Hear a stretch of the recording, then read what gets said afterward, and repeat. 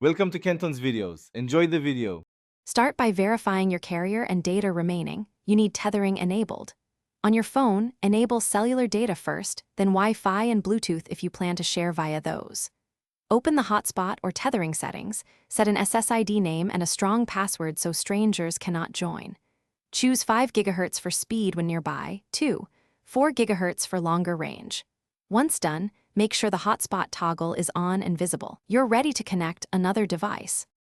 With the hotspot active, go to the device you want to connect, scan Wi-Fi networks, and choose your phone's SSID. Enter the password carefully.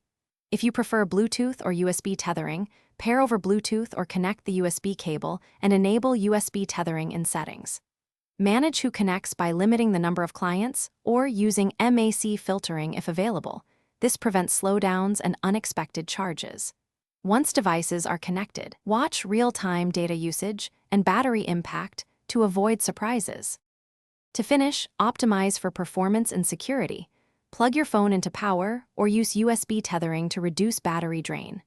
Move the phone closer to the receiving device or change band to 5 GHz for faster throughput and close background apps that chew bandwidth. If a device won't connect, first toggle the hotspot off and on and have the client forget the network, then reconnect.